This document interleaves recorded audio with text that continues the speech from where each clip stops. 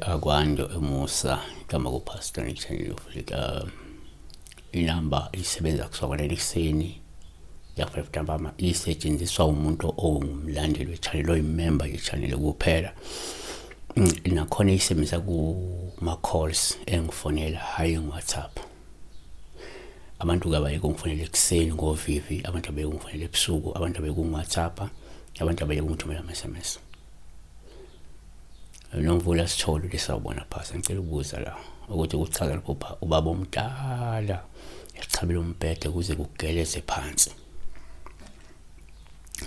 Nake singakusho 1 ngokujwayelekile uma uphupha umuntu kungawuphawula uma echabela umbhede. Lokho kungasho ukuthi kumele usukume uthole usizo noma ke ngoba lo kunomuntu okumele ngento eyisichitho ngenhloso yokucikela phansi ubudlelwano bakho. So ngambona umuntu echamela umbhede lokho kukhomba ukuthi kukhona umuntu omele nani nobudlelwano bakho ome ngesichitho. 2 kwesinye isikhathi uma upha umuntu ngawuphawula futhi uma echamela umbhede lungabe lukhoma udlindela ukuthi kunomuntu ozokukhiphela kuwintukuthelo yakhe ungazelele. Yabo?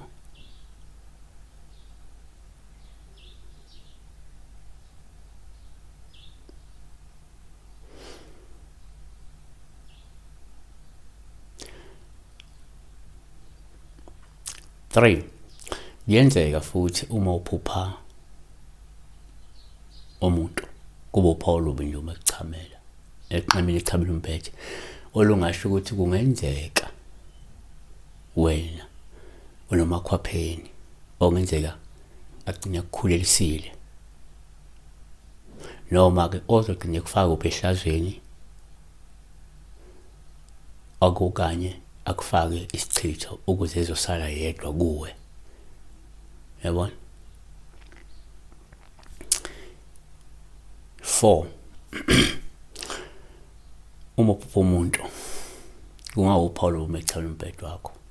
Kulokhu kusengasho ukuthi kungenzeka kunekhehla elisidalwa njoba makuwumuntu wesifazane ngaba yisalukwazi makuwumuntu wesilisa njoba ichaza ukuthi umuntu wesilisa ubaba omdala futhi ngaba ukuthi kunekhehla noma kunesalukwazi kodwa siphakamayo siphakame ngolaka bese sidala into eyisichitho okungenzeka kukhona ongakwenzi kahle emsamo. Yabona?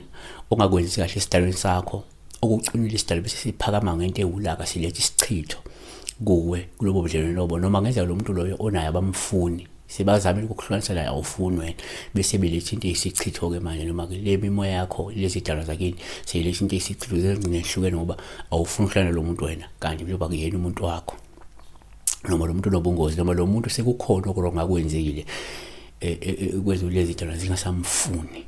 Ngenzeka wamphiwe idalwa wamphiwe uNkulunkulu wahamba endleleni wakhutshwa waba noma mistake awenza bese yakhishwa lo muntu sekuphakama lento simkhipha ke ngolaka manje ngokuthi ilethe lento isichitho pheko umuntu kuyenzeka kanjalo futhi. Yabona? Sho into ezo4 engachazwa iphupho lokuthi umuntu echabela umbhede wakho. Be blessed.